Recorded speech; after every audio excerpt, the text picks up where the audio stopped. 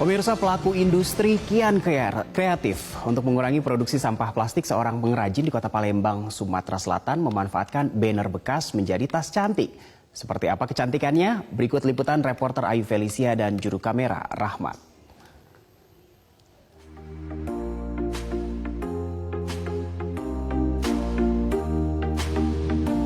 Ya pemirsa, bisa Anda lihat yang saya bawa ini adalah sebuah pouch. Namun ini bukan pouch biasa. Yang unik dari pouch ini adalah pouch ini dibuat menggunakan banner bekas.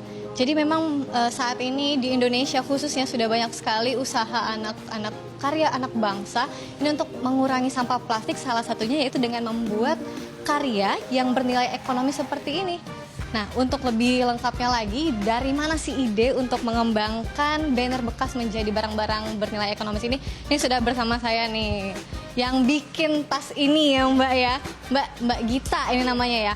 Oke Mbak Gita, bisa diceritain nggak sih awal pertama kali terinspirasi untuk bikin tas-tas seperti ini? Iya, kebetulan usaha suami saya membuka percetakan.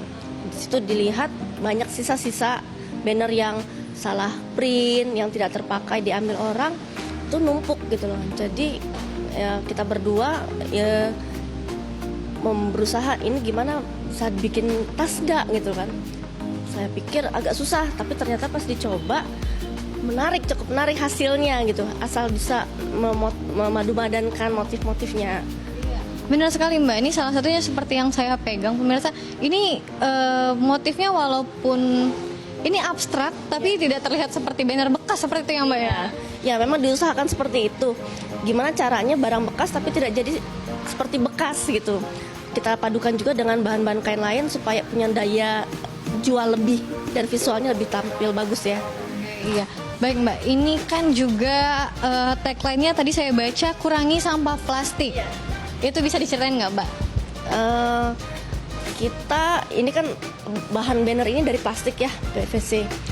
Pertama kita mengurangi limbah plastik.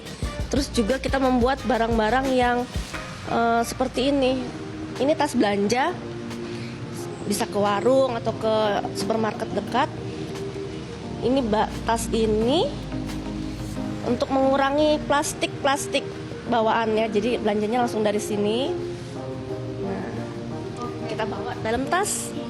Oke, artinya bukan hanya mengurangi sampah plastik berupa banner tadi ya Mbak ya.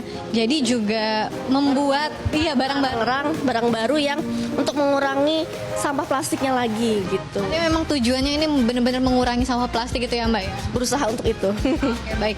Nah Mbak, bisa diceritain nggak pertama kali, ini kan tadi Mbak sempat cerita kalau ini karena bisnis suami juga. Kemudian awal mula Mbak memulai untuk membuat tas ini gimana sih Mbak? Sebenarnya ada ini ya, idenya juga dari saudara.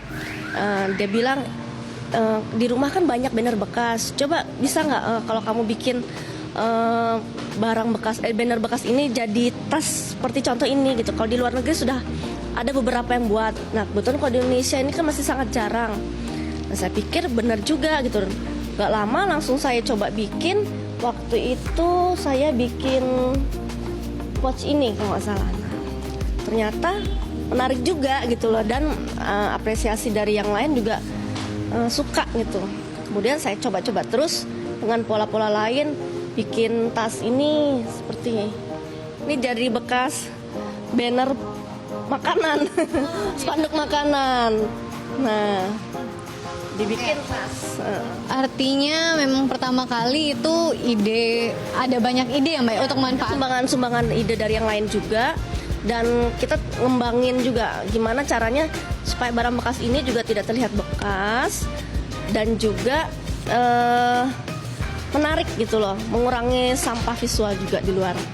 Mbak, pertama kali kita bikin pouch, itu mengalami kesulitan nggak sih dengan bahan dasar ini kan banner bekas? Iya, kalau yang tebel susah ya Mbak ya, lumayan dia yang nggak bisa salah.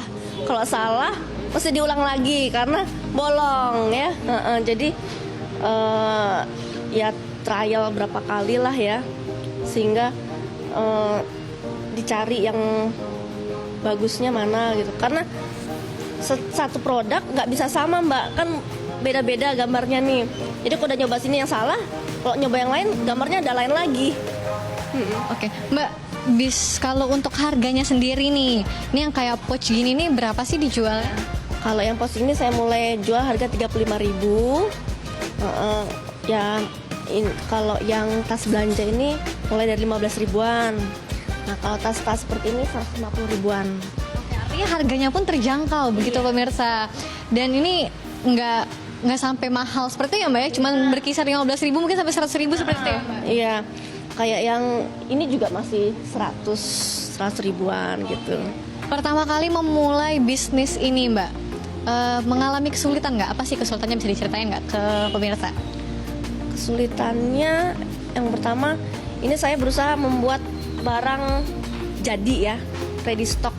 Mungkin saya agak kesulitan mencari penjahit karena harus barangnya selalu ada. Kemudian kalau banner, bannernya insya Allah ada terus. Yang agak sulit bahan-bahan ininya, kombinasinya, karena ini tidak ada di Palembang sini, jadi saya harus supply dari Jawa sana. Juga tadi kata Mbak nggak boleh salah ya sekali jahit ya? Sekali salah, ulang lagi.